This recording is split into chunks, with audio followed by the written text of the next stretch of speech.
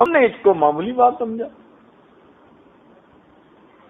کہ ٹھیک ہے آج سے ہم نے سن لیا، اب ہم جھوٹ نہیں بولیں گے۔ اوہو، اتنا مشکل یہ کام دیکھا، اتنا مشکل کام دیکھا، زبان سے جھوٹ نکل جاتا۔ ایسے ہی نہیں بیٹھے ہوئے جھوٹ نکلے گا، جب تھوڑی سی کہیں غلطی ہوئی، سستی ہوئی، کوتاہی ہوئی، شرمندگی برداشت کرنی پڑے گی، استاد ڈانٹ ٹپٹ کرے گا، اب ایسے موقعوں پہ خود بخود اس کو بہانے لوگ کہتے ہیں، ہوتا سیدھا سیدھا جھوٹ ہے۔ یاد رکھنا، جھوٹ جتنا تیزی سے بھاگے، سچ ہمیشہ اس کو جا کے پکڑ لیتا ہے۔ سچ کے فائدوں میں سے ایک فائدہ یہ ہے کہ بندے کو یہ نہیں یاد رکھنا پڑتا کہ میں نے کیا کہا تھا۔ سچ سچ ہے۔ آپ کو نظر آئے گا کہ سچ بولنے میں نقصان ہے، مگر کبھی ایسا نہیں ہوگا۔ اللہ تعالیٰ سچوں سے محبت کرتے ہیں، وہ کبھی سچے انسان کو دنیا کے اندر رسوا نہیں ہونے دیتے۔ توجہ فرمائیے، عمر بن خطاب رضی اللہ عنہ کے زمانے میں ایک عیسائی بادشاہ گرفتار ہوا۔ اس نے مسلمانوں کے خلاف اتنا کچھ کیا تھا کہ اس کا وجود تو ایک لمحہ کے لیے بھی برداشت نہیں تھا۔ ہر بندہ چاہتا تھا اس کو تو قتل ہی کر دیا جائے۔ اللہ کی شان کہ وہ عمر بن خطاب رضی اللہ عنہ کے سامنے پیش ہوا، ہاتھ بندے ہیں، پاؤں میں بیڑی ہیں۔ عمر بن خطاب رضی اللہ عنہ بڑے اس پہ غصے تھے۔ آپ نے بھی جلاد کو حکم دیا کہ اس کا سر قلم کر دیا جائے۔ اس نے کہا کہ جی مسلمان تو بڑے رحیم ہوتے ہیں، تو کیا موت سے پہلے میری کوئی خواہش پوری ہو سکتی ہے؟ بتاؤ بھائی۔ اس نے کہا ایک پیالہ پانی چاہیے۔ عمر بن خطاب رضی اللہ عنہ نے ایک پیالہ پانی لایا، اس کو دلوا دیا۔ اب وہ پینے لگا تو رک گیا۔ کہتے جی خوف اتنا ہے جلاد کا کہ وہ میری گردن اڑائے گا کہ مجھے ڈر ہے کہ میں جس وقت پانی پی رہا ہوں گا کہیں وہ مجھ پہ تلوار کا وار نہ کر دے، تو مجھ سے پانی نہیں پیا جاتا۔ عمر خطاب نے فرمایا بھائی تم تسلی رکھو، جب تک تم یہ پانی پی نہیں لیتے تمہیں قتل نہیں کیا جائے گا۔ جب یہ الفاظ اس نے سنے، وہ بھی بادشاہ تھا، اس نے وہ پیالہ پانی کا زمین پہ گرا دیا۔ کہتے جناب آپ کی کمٹمنٹ کہ جب تک آپ پانی نہیں پی لیں گے آپ کو قتل نہیں کیا جائے گا۔ اب یہ پانی میں نہیں پی سکتا۔ عجیب بات، اتنا بڑا دشمن اسلام کا، مسلمانوں کا اتنا بڑا دشمن، اور اس نے ایسی چال چلی، ہیلا کیا کہ عمر بن خطاب بھی حیران ہے۔ اب دو صورتیں تھیں، یا تو اس کو کہتے کہ بھئی بکواس نہ کر، اور جلاد کو حکم دیتے نمٹا اس کو، اور ایک طریقہ یہ تھا کہ جو ورڈ دے چکے تھے اس کے اوپر سٹے کر۔ عمر رضی اللہ عنہ نے فرمایا ہاں تم نے ٹھیک کہا، میری ورڈنگ یہی تھی کہ جب تک تم پانی نہیں پی لو گے تمہیں نہیں مارا جائے گا، تو اب میں تمہارے اس جلاد کو قتل کرنے کا حکم نہیں دے سکتا۔ اب جب آپ نے فرمایا کہ تجھے قتل کرنے کا حکم میں نہیں دیتا، تو لوگ حیران کہ اتنا بڑا دشمن اگر اس کو نہ مارا گیا تو یہ تو پتہ نہیں اور اسلام کے خلاف کیا کیا سازشیں کرے گا۔ عمر رضی اللہ عنہ نے کہا ٹھیک ہے تجھے میں رہا کرتا ہوں۔ جب اس نے یہ بات سنی، کہنے لگا کہ آپ نے ثابت کر دیا کہ مسلمان ہر حال میں سچا ہوتا ہے۔ میں آپ کے اس عمل سے اتنا متاثر ہوا کہ کلمہ پڑھ کر مسلمان ہونے کا اعلان کرتا۔ چند لمحے پہلے جن کے دل غمزدہ تھے کہ کیا بنے گا، سچ جیت گیا، وہ اسلام کا سپاہی بنا، اتنا سمجھدار بندہ تھا، کتابوں میں لکھا ہے کہ عمر ابن الخطاب لانو اس سے امور خلافت میں مشورے کیا کرتے تھے۔ مفتی لطف اللہ سہارنپوری رحمۃ اللہ علیہ گھر کی عورتوں کے ساتھ شادی میں کہیں شرکت کے لیے جا رہے ہیں، رستے میں ایک جگہ ڈاکوؤں نے گھیر لیا۔ حضرت پہچان گئے کہ یہ مال سمیٹیں گے۔ حضرت نے کہا دیکھو بھائی پردے دار عورتیں ہیں، تمہیں مال چاہیے، ان کی عزت خراب نہ کرو، ان کو بے پردہ نہ کرو، ہمارے پاس جو کچھ زیور ہے ہم سب تمہیں خود دے دیتے ہیں۔ نیک لوگوں کی نظر میں عزت قیمتی ہوتی ہے، مال کی کیا حیثیت ہوتی ہے۔ انہوں نے کہا ٹھیک ہے۔ آپ نے عورتوں سے کہا کہ جو زیور ہے سب اتار کے دے دو۔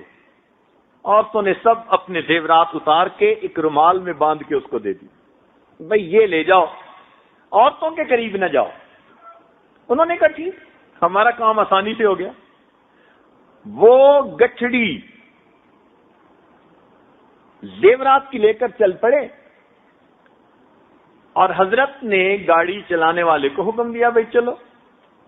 تھوڑی دور آگے گئے تو ایک عورت کی نظر پڑی کہ ایک چھوٹی سی بچی کی چھوٹی انگلی میں ایک چھوٹی سی انگوٹھی تھی۔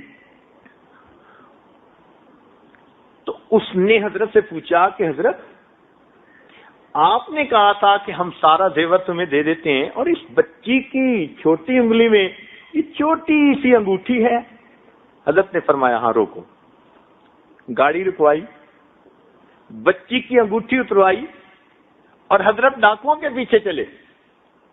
ڈاکوؤں نے دیکھا کہ وہ بندہ ہمارے پیچھے آ رہا ہے، کہنے لگے کوئی بات نہیں، ہم زیادہ ہیں، ہم نمٹ لیں گے۔ کیسے آئے؟ بھائی معاف کر دینا، مجھ سے غلطی ہوئی، ایک بچی کی انگلی میں چھوٹی سی انگوٹھی تھی، نظر ہی نہیں آئی اس وقت، میرے قول تھا کہ ہم سب دے دیں گے، تو بھائی یہ بھی آپ لوگ لے لیجئے۔ حضرت کی بات کا ایسا اثر ہوا، سب ڈاکوؤں نے توبہ کی اور حضرت کے ہاتھ پر بیعت ہو گئے۔ جھوٹ جتنا تیز بھاگے، سچ ہمیشہ اسے پکڑ لیا کرتا۔ میرے دوستو، سچ کو آزما کے دیکھو، یہ سب سالکین کے لیے بھی ایک نصیحت ہے۔ اپنی زندگی میں سچ کو آزما کے دیکھیں ذرا، اتنے مزے کی زندگی ہو جائے گی نا کہ آپ کو اس دنیا میں اللہ رب العزت جیسے جنت کا سکون ملتا ہے آپ کو وہ سکون ملے گا۔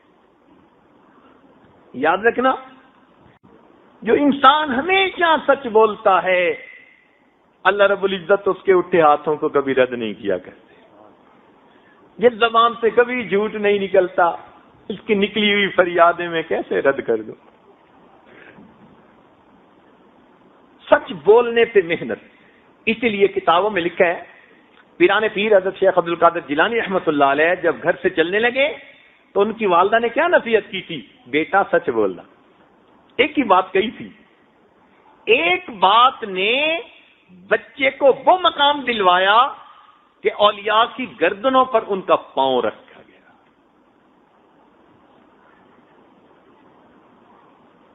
اس کو زندگی میں آزمائیے، عہد کر لیجئے، آج کے بعد جھوٹ نہیں بولنا، رانگ سٹیٹمنٹ نہیں دینی۔ شرمندگی ہوگی تو یہی کی ہوگی نا، 2 منٹ کی بات ہے، معذرت کر لیں گے، معافی مانگ لیں گے، تسلیم کر لیں گے، ناکی کا مسئلہ ہے نا۔ مگر سچ کی برکتیں آپ اتنی دیکھیں گے حیران ہو جائیں گے۔ تو بچے کو بتائیں کہ اس پہ کوئی کمپرومائز نہیں، ہم جھوٹ نہیں برداشت کر سکتے۔ آپ ہزاروں روپے کی چیز ضائع کر دیں گے، برداشت کریں گے۔ بڑی سے بڑی غلطی کوئی اور کر بیٹھیں گے، برداشت کریں گے، جھوٹ نہیں برداشت کر سکتے۔ پہلی بات۔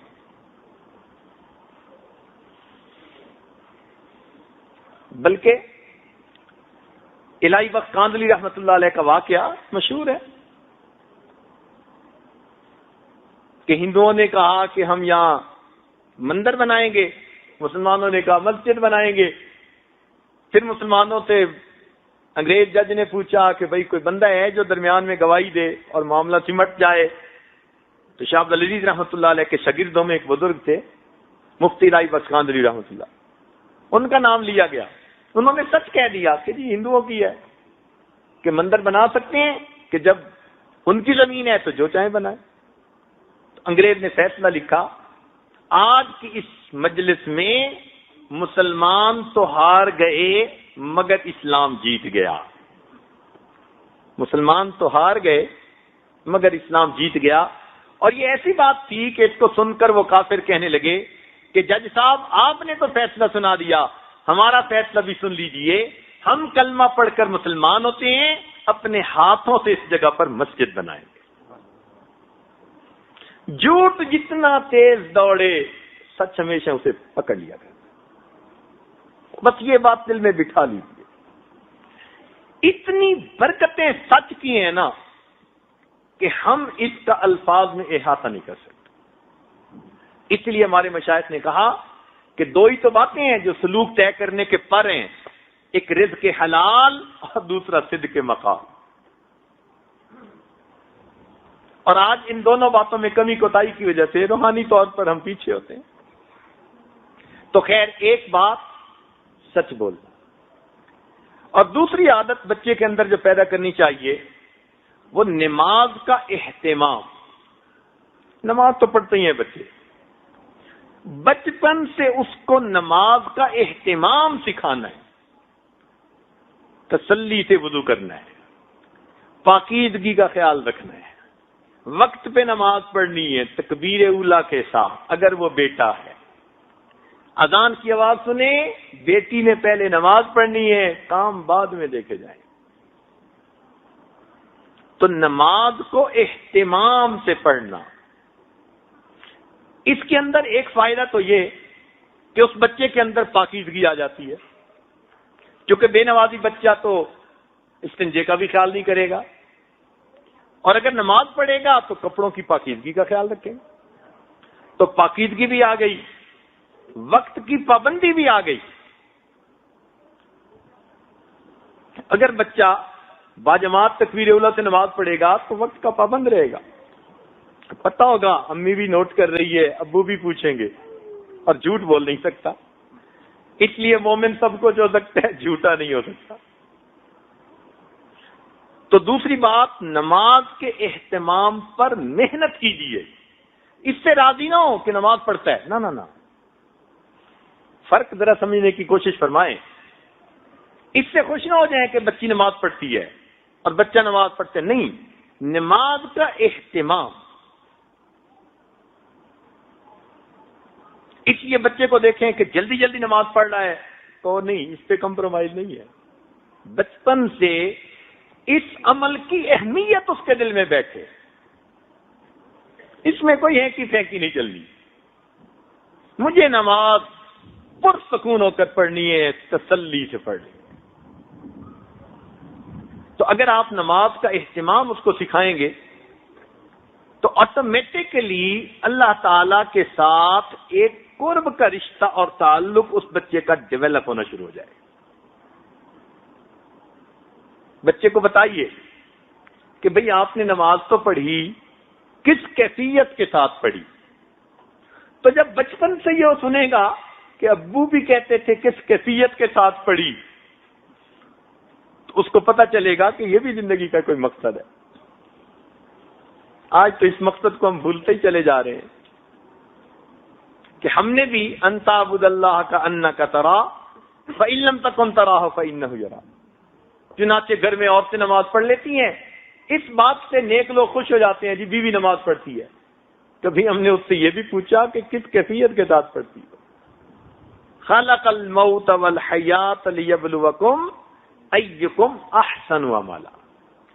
ایک نماز اگر ایسی پڑھ لی نا 2 رکعت، من صلی رکعتین، حدیث پاک میں ہے جس بندے نے 2 رکعت اس طرح سے پڑھی کہ اس کے نفس میں کوئی باہر کی دنیا کا وسوسہ نہیں آیا، غفر لہ ما تقدم من ذنبی. 2 رکعت پر اللہ پچھلے سب گناہوں کو معاف فرما دیتے. تو اس پر نماز کے اہتمام پر کنسنٹریٹ کیجیے. بچے کو وضو کرتے ہوئے دیکھیے صحیح کر بھی رہا ہے یا نہیں. اس کی پاکیزگی کے بارے میں اس سے پوچھیے، بھئی آپ کیسے طہارت کرتے ہو اپنے جسم کی؟ آپ حیران ہو جائیں گے. بڑی بڑی عمر کے بچے وہ بس نام بناتے ہیں جی نماز پڑھ رہے ہیں، اور اس کوتاہی کی وجہ سے جو نماز کی برکتیں بندے کو ملنی ہوتی ہیں وہ اس بچے کو مل نہیں رہی ہوتی.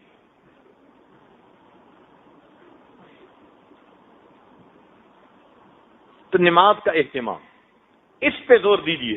استاد کلاس میں بھی بچوں کو یہ سمجھائیں، ان کو حدیث سنائیں، ان کو بتائیں کہ نماز صرف ظاہر داری ہی نہیں کرنی، نماز کو جما کے پڑھنا ہے، پرسکون ہو کے پڑھنا ہے، دنیا کے خیالات سے خالی ہو کر پڑھنا ہے. خود بھی محنت کریں، اپنے بچوں کو بھی محنت کروائیں. یہی تو محنت کا میدان ہے مومن کے لیے. جتنا آپ بچے کو نماز کی اہمیت پر ابھاریں گے، ایکسائٹ کریں گے، بتائیں گے،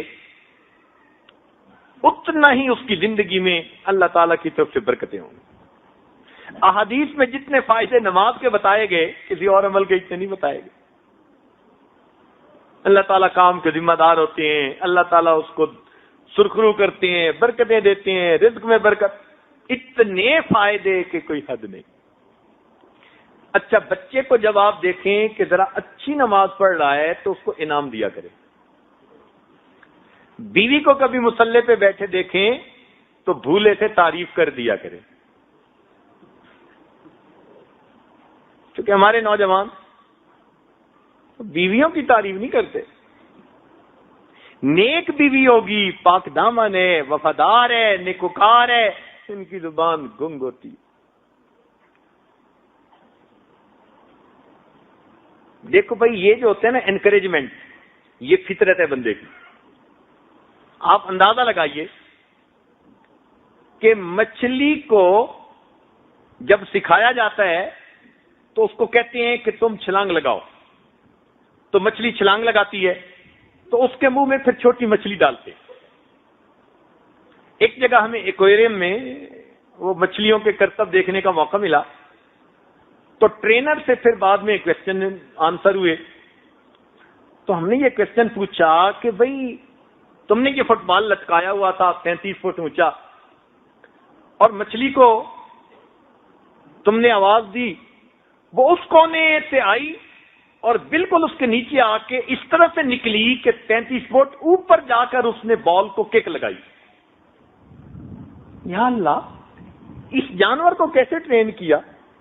ہم تو بندوں کو اور انسانوں کو ٹرین نہیں کر پاتے. تو جب ان سے ڈسکس کیا نا، تو انہوں نے یہ بات کہی، انہوں نے کہا جی کہ فطرت ہے ہر چیز کی کہ وہ انسینٹو چاہتا ہے، انکریجمنٹ چاہتا ہے. ہم نے جب اس مچھلی کو شروع کیا تو یہ نہیں سنتی تھی بات، لیکن جب اس نے ایک دفعہ ایسا کیا، ہم نے اس کے منہ میں مچھلی ڈالی، پھر دوبارہ کیا، مچھلی ڈالی. ہر دفعہ اب یہ انسینٹو ہم نے دینا شروع کر دیا، تو مچھلی کو بھی پتا چل گیا ایسا کرنے سے مجھے انسینٹو ملتا ہے. اس نے کرنا شروع کر دیا. اب بتائیے کہ جانوروں کو انسینٹو دے کے اگر وہ ایسے کام کروا لیتے ہیں، کیا ہم انسان کے بچوں سے نہیں کرواتے؟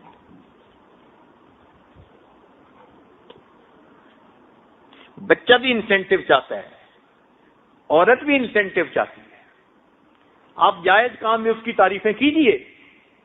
کبھی آپ گھر آئے، اس کو مصلی پہ تلاوت کرتے دیکھا، تسبیح پڑھتے دیکھا، آپ تعریف کیجئے، دل کھول کے تعریف کیجئے کہ مصلی پہ بیٹھی تو مجھے بہت اچھی لگتی ہیں، آج تو دیکھ کے میرا دل خوش ہو گیا، آج میں بہت خوش ہوں آپ کو اس طرح دیکھ کے. آپ دیکھیے آٹومیٹکلی آپ کی اہلیہ مصلی کے اوپر بیٹھنے کی پابند ہوتی چلی جائے. تو یہی حال بچے کا، کہ جب بچے کو آپ دیکھیں کہ اچھا وضو کیا، صاف رہتا ہے، سچ بولتا ہے، اس کو انسینٹو دیا کریں، اس کو انعام دیا کریں. انعام کی مقدار کا نہیں ہوتا، انعام کا لفظ ہی اللہ کا انعام ہے. کہہ دو نا جی کہ میں انعام دوں گا، فطرت ہے، اسی سے خوشی ہو جاتی ہے. تو پہلی بات سچ بولنے کی تلقین، اور دوسری بات نماز کا اہتمام، اور ان کو بتائیں کہ اس پہ کوئی کمپرومائز نہیں ہے، اس پہ ہم کوئی آپ کی کمزوری برداشت نہیں کر سکتے۔ تیسری بات، بچوں کو خدمت کی اہمیت سمجھائیں۔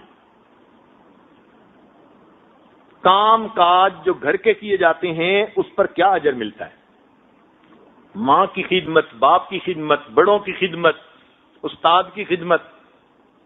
خدمت کا جذبہ بچپن سے بچے کے دل میں ڈال دیجیے۔ مان لیا کہ آپ ملٹی ملینر ہیں، آپ کے گھر میں کام کرنے والے 1 درجن نوکر موجود ہیں، مگر بچے کو کہیں کہ اپنے کام خود کرے، بلکہ دوسروں کے بھی کام یہ کر کے دکھائے۔ بچپن سے اس کو شہزادہ بنا دیا، آپ نے بچے کو خراب کر دیا۔ آج تو پانی کا گلاس بھی نہیں خود پی سکتے بچے، وہ بھی دوسرے کو کہتے ہیں کہ لائیے۔ اس خدمت کے جذبہ نہ ہونے کی وجہ سے پھر بچے بہت بڑی نعمت سے محروم ہو جاتے ہیں۔ طبیعت میں سستی کاہلی آ جاتی ہے۔ یہی نہیں کہ پھر یہ دوسروں کی خدمت نہیں کرتے، ان کو کام کاج بھی پھر بوجھ نظر آتا ہے۔ اس لیے آج شکایت ہے اکثر ماں باپ کی طرف سے، جی بچے کام میں دلچسپی نہیں لیتے۔ بھئی آپ نے بچپن میں کون سی خدمت سکھائی ہے اس کو؟ بچپن میں خدمت سکھاتے، آج بچوں کے اعضاء ریفلیکسز کے اندر نرمی ہوتی اور بچے خود بخود دوڑ بھاگ کے اپنا کام کر رہے ہوتے ہیں۔ عبادت سے جنت ملتی ہے اور خدمت سے خدا ملتا ہے۔ کیا پتا یہ بچہ کبھی کس اللہ والے کی خدمت کرے اور اس کی اس کو دعا لگ جائے۔ سلطان محمود غزنوی کا والد ایک سپاہی تھا، ایک عالم باللہ تھے، اللہ والے تھے۔ اس کو اس نے گھر پہ ٹھہرایا اور 3 دن اس کی خدمت کی، تو انہوں نے جاتے ہوئے اس کو دعا دے دی، اللہ نے سپاہی سے اس کو فوج کا جرنیل بنا دیا اور بیٹا وقت کا بادشاہ بنا۔ اس کو بتائیے کہ معذوروں کی خدمت کی جاتی ہے، بوڑھوں کی خدمت کی جاتی ہے، تو اس کے دل میں رحم کا مادہ پیدا ہوگا، احساس ہمدردی ہوگا۔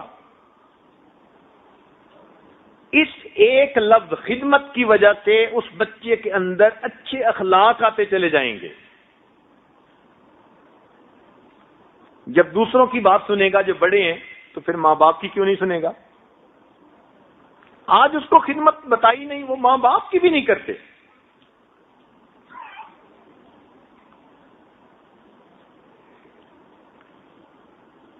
مثلاً ہمیں بچپن میں ہی ماں باپ کی خدمت کی اہمیت بتائی، تو بچپن سے ٹریننگ ہی ایسی ہوئی کہ اس عادت کو یاد نہیں پڑتا کہ زندگی میں ایسا ہوا ہو کہ والدہ کھڑی ہے اور میں بیٹھا ہوں، تب بھی ایسا نہیں ہوا۔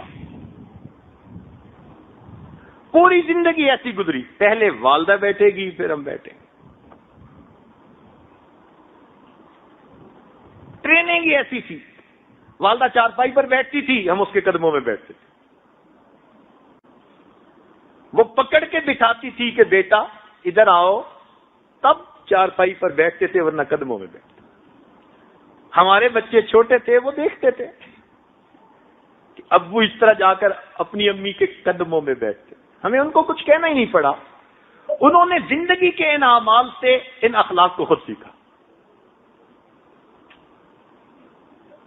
یہ خدمت سکھانی پڑتی ہے، اور اس خدمت سے پھر والدین کی کیا دعائیں ملی، ہم ان کو الفاظ میں بیان ہی نہیں کرتے۔ ماں باپ بوڑھے بھی ہوں، ان کی زبان سے نکلے ہوئے کچھ الفاظ ایسے اوقات ہوتے ہیں اللہ کے ہاں قبول ہو جاتے ہیں۔ تو خدمت کا جذبہ، یہ تیسرا لفظ ہے۔ ان کو بیٹھ کے واقعات سنائیں کہ خدمت اس طرح کی جاتی ہے، اس طرح فلانے کی، اس طرح یہ ہوا، تاکہ بچوں کے اندر ایک شوق.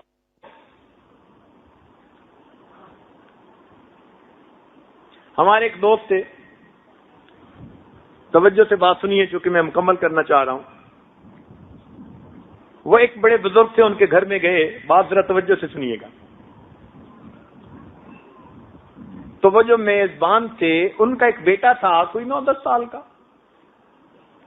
انہوں نے اس کے ذمہ لگا دیا کہ بیٹا آپ نے اس مہمان کی خدمت کرنی ہے. یہ خود بڑے نیک، دیندار، متقی، پرہیزگار اور ایک بڑے یعنی کمپنی کے ڈائریکٹر تھے. اللہ نے دین بھی دیا، دنیا بھی دی تھی ان کو. کہنے لگے وہ بچہ ایسا سلیقہ مند، ہر چیز اس نے تیار کی ہوئی، وقت پہ دسترخوان لگاتا اور اس پر برتن رکھتا، کھانا لاتا. مجھے اس کو دیکھ کر محسوس ہوتا کہ ہاں مجھے اس کی بھی ضرورت تھی. میں صبح اٹھتا تو مجھے گرم پانی ملتا.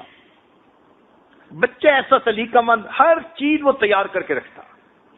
کہنے لگا کہ 2 دن میں اس بچے نے میرا دل مو لیا. میں تمنا کروں کہ کاش میرے بچے بھی ایسے خدمت گزار ہوتے. وہ آتا اور جو کام ہوتا کر کے چلا جاتا، آتا کام کر کے چلا جاتا.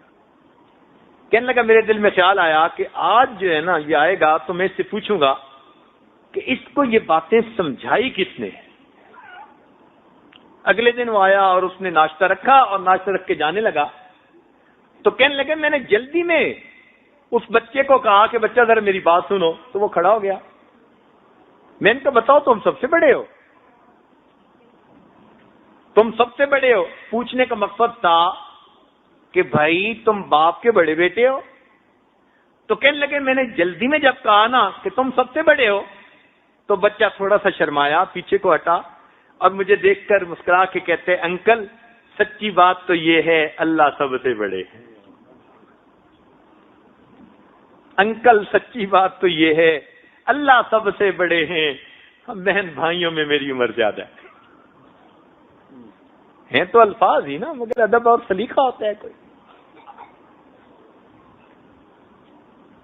تو یہ تربیت کہلاتی ہے. تو 3 باتیں ذہن میں رکھیے، ان کو آزما لیجئے. ہمیشہ آپ اس کا اتنا فائدہ دیکھیں گے کہ آپ کہیں گے کہ ہمیں کسی درویش نے کوئی 3 ہیرے اور موتی تحفے میں دے دیے تھے. 100 سبق پڑھنے کی بجائے یہ 3 باتوں کا سبق پڑھ لیجئے. انشاءاللہ بچے کی تربیت ایسی ہوگی، آپ کا دل خوش ہوگا بچے کو دیکھ کے، آپ کی آنکھیں ٹھنڈی ہوں گی. آپ کہیں گے ربنا ہب لنا من ازواجنا وذریاتنا قرۃ اعین. اللہ تعالیٰ جزائے خیر عطا فرمائے ان بچوں کو جنہوں نے محنت کی اور انعامات حاصل کیے. بہت خوشی ہوئی ان بچوں کے نام سن کر کہ جو پابندی سے کلاس میں آتے رہے. انعام لینے سے بھی زیادہ خوشی ان کی دی ہوئی. انعام تو کسی نے لینا ہی ہوتا ہے، انعام لینے کا کیا. اس کی خوشی ہوئی کہ پابندی سے اتنے بچے اور بچیاں وہ کلاس میں آتے رہے. یہ بڑی اچیومنٹ ہے. اللہ تعالیٰ اس ادارے کو دن دگنی رات چوگنی ترقی نصیب فرمائے. اور جن اساتذہ نے یا معلمات نے محنتیں کی اللہ تعالیٰ ان کو بھی اپنے مقبول بندوں اور بندیوں میں شامل فرمائے. جس ادارے کے معاونین ہیں اللہ تعالیٰ ان کو بھی اپنے مقربین میں شامل فرمائے. اور ہم حاضرین کو بھی اللہ ان کی برکتوں سے محروم نہ فرمائے. وآخر دعوانا ان الحمد للہ رب العالمین. سبحان ربی العلی الوہاب اللہم صلی علی سیدنا محمد وعلی آل سیدنا محمد. ربنا ظلمنا انفسنا وان لم تغفر لنا وترحمنا لنکونن من الخاسرین.